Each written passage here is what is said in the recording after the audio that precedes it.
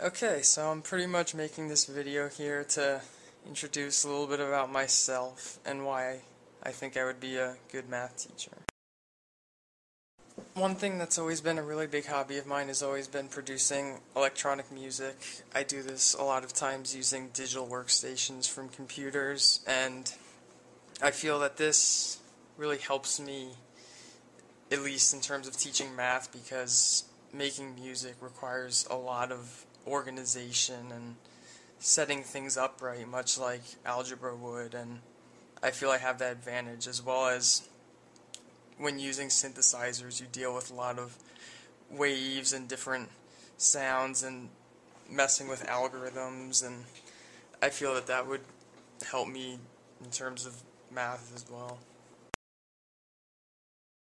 And then another big hobby of mine is I'm a huge tennis fan. I've been playing pretty much the last 3 to 5 years of my life, and I think once you really start playing tennis a lot, you start picking up on the way angles are created and geometry of the court, and after playing enough, you don't even realize it, but really in playing tennis, you learn a lot about how angles are created and pretty much relates to geometry, which I think that gives me an edge there. And then also in playing tennis, once you play a lot, you also start picking up on patterns of how other people play. And I think that pattern recognition that you build up is sort of related to math, and how the more you see algebra and the way things are set up, you start recognizing. And then finally, the last thing I feel makes me a really good math teacher is that I'm a really chill guy, really relaxed, low anxiety, don't try and put any pressure on anybody. I've always felt that that just brings people down right away, and I've seen math teachers do it before, actually, in high school and in college, and it just makes people not want to learn math right off the bat, and I just think that's just bad.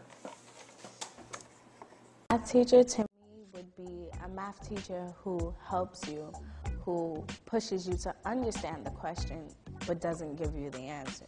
Generally, a nice teacher is always appreciated. A good math teacher should definitely have a lot of patience, because math is not everyone's best subject.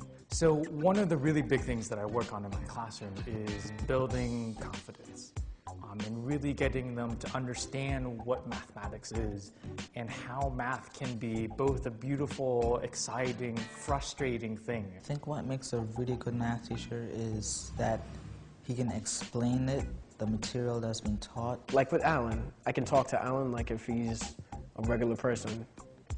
And that's important, because you want to have students who really connect. That way they can feel more comfortable about doing, say, more challenging problems. I think teachers are important to me because some of them give me a sense of inspiration in order that they help me and they push me and they make sure I do what I need to do, and they make sure that I understand the work.